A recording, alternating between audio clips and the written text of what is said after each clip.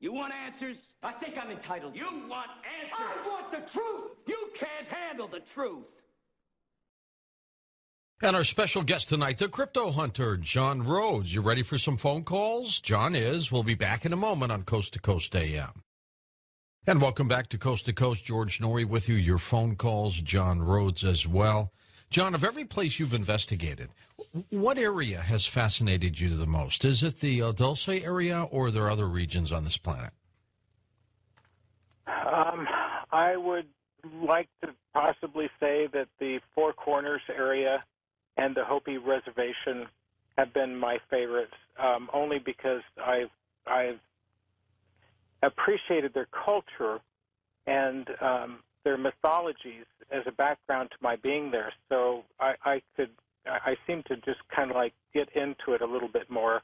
I've been all around the world. A lot of my youth, I grew up overseas in Southeast Asia and the Middle East. I've been in a couple war zones even. So I've enjoyed a lot of life, but the Hopis seem to resonate with me quite strongly.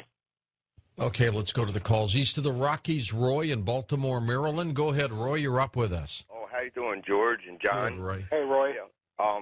I got a little story and then kind of a little question afterwards. Sure. Back in 2003, my wife died, and we buried him, and my wife wanted to go back out to the graveyard. It was a big graveyard, and we was looking for the grave site, and we finally found it, and up on this hill about 50 foot away was this dog laying up there. Me and there's nobody around. There's no houses around, and me and my wife's kind of scared to get out because he started walking towards the truck, and he's come up to the truck, and he real slow walking down. He's kind of old dog, big dog, mixed breed, and he got right down by my truck, the side of my door, and I looked down at him. He looked like he's smiling at me. His tail's a wagging, and I told my wife, I said, I want to pat him so we can get out here and put the flowers on the grave, right? And I got automatic windows in my truck, and I pushed the button. And I was telling my wife, and I looked back and I looked at the dog, and the dog looked like the devil. And I don't know what else but his face didn't look like a dog anymore. It looked like the devil. And I screamed. I said, oh, my God, and I pushed the button. And when I looked back up, he was getting down, and he was normal. And he was walking back up to where he was. Mm. And I don't know what to think of that. I mean, should I take that personally? Was that meant for me, or did I just see some strange? Is that anything to do with them lizards? Right. I would have to say that when you see something like that, we can't associate it with lizards, although the shape-shifting thing is maybe what you're thinking about. But there's been demons throughout time that have actually manifested in the form of a dog, and I guess Berkowitz was one of those people that thought that he had a dog talking to him, telling him to kill people. Not that that's happened to you, but just to show you that some sort of a demonic presence does take shape in the form of a dog, which most of us actually, when we look at a dog, you're right, we let our guard down, right? Mm-hmm. You know, and all of a sudden it turned where you could see it looked demonic. So you almost gave yourself over to something. But luckily, your intuition paid off, and you didn't actually step out of that truck. Well, I did. We did. It went back over. I was nervous, though. I'll tell you that.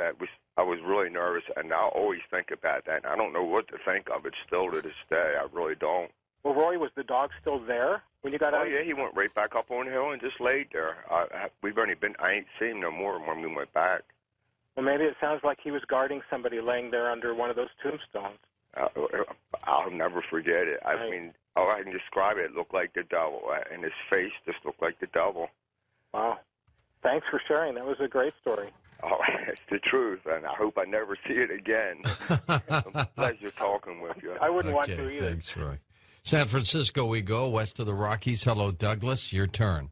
Hey, as always, it's an honor to speak with you, Mr. Hey, Norrie. Douglas, how are you? Doing great. Much the better for speaking with yourself and Mr. Rhodes. Well, thank you very much, Douglas. Yeah. Sure thing. Thank you. I'd like to start off with a fun thing, and then if we have a moment's time, switch into the serious thing about some civil defense that Mr. Rhodes brought up. And so in terms of the fun thing, the old Battlestar Galactica series that was produced by Glenn Larson, actually the Cylon race in that series was the product of an entirely alien culture. They weren't created by humans like in the new series. And in the old series, the Imperious leader of the Cylons, these were very ancient draconian, reptoid / dinoid avian type creatures that had incredible lifespans, but there were so few of them that they had to create an entire race of robots to serve as their society. And they just sat back and kind of directed them. And in the series, because they didn't have the budget for it, the Cylon Imperious leader spoke through a mechanical construct using the elegant voice of that British actor who used to be in the Avengers.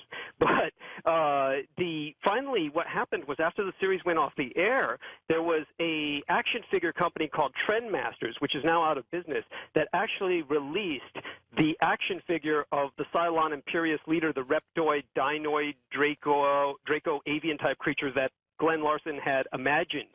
And if you look up on eBay or someplace like that, it'll still be selling here and there. But the Cylon Imperious leader is one of the most imposing for 6 inches.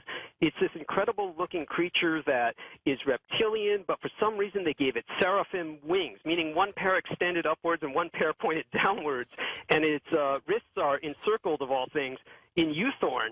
And it's equipped with not only a high-tech space-age harness and a bident kind of weapon, but it also has this Bali type of mask like Mr. Rhodes described. So that was the fun thing I wanted. Oh, wow, fascinating. You know, there's a lot of those collector items out there that have to do with other productions. It kind of tells me that if you look closely back at the media through a number of years, you can actually see that dinosaurs and reptilian humanoid characters became an increasingly more used form throughout the years in science fiction, but also in antiquity as well. But you're right. You get those type of models and hold on to them, because one of these days, they'll be collector's items, and you'll be the only one hanging on to one. That's incredible, and I hope you get a hold of one. Certainly, you of all people would deserve to have one. I would love to have one. I would love to have one. Yeah, they're not that expensive. I mean, I got mine for only a few bucks each, and that was, because nobody knows how valuable they might be.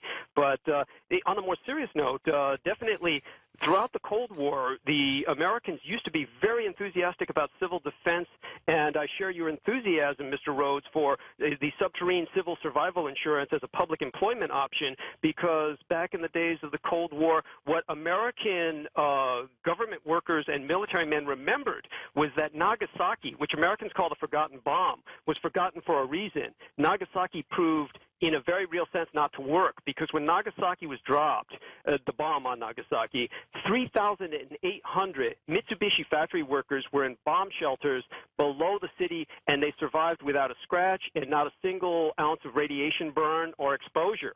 And that's how effective Japanese bomb shelters were. And the emperor felt that they were so valuable, he pulled troops away from the front to continue with that construction before the ceasefire was declared. And but the Soviets sent field agents into the United States, and during the 60s, they discredited the entire civil defense movement with campus agitation and media subversion.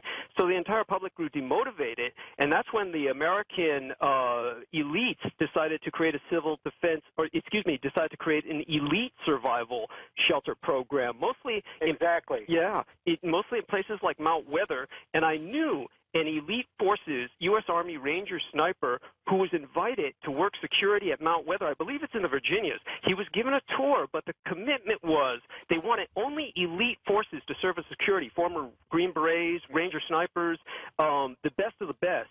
But the commitment was you had to live there and retire there so you would have a stake in the community. And he was given a tour of Mount Weather, and he said underground there were fully equipped hospitals and schools, and everywhere all the walls had fantastic nature murals, and there were even tropical rooms with swimming pools that were like hothouses. So I wanted to share that with you to show you how the elite intends to live. While it used to be a point of pride for any American male to provide a shelter for his family, but as you know, Mr. Rhodes, for some reason, mostly the reasons that I gave concerning subversion, and what's so frustrating about it is that both Russia and China continue expanding. Oh, continue at an alarming rate. They are expecting something to happen, but here in the United States, it's absolutely silent. As a matter of fact, I know that during the Reagan administration, they had cut back the supplies of potassium iodide because they felt that having a supply of potassium iodide, which is helpful for your thyroid to be able to survive nuclear radioactivity, they had cut back their supplies because they thought it undermined the Americans' confidence in nuclear power programs. But we really do need to follow the leader in this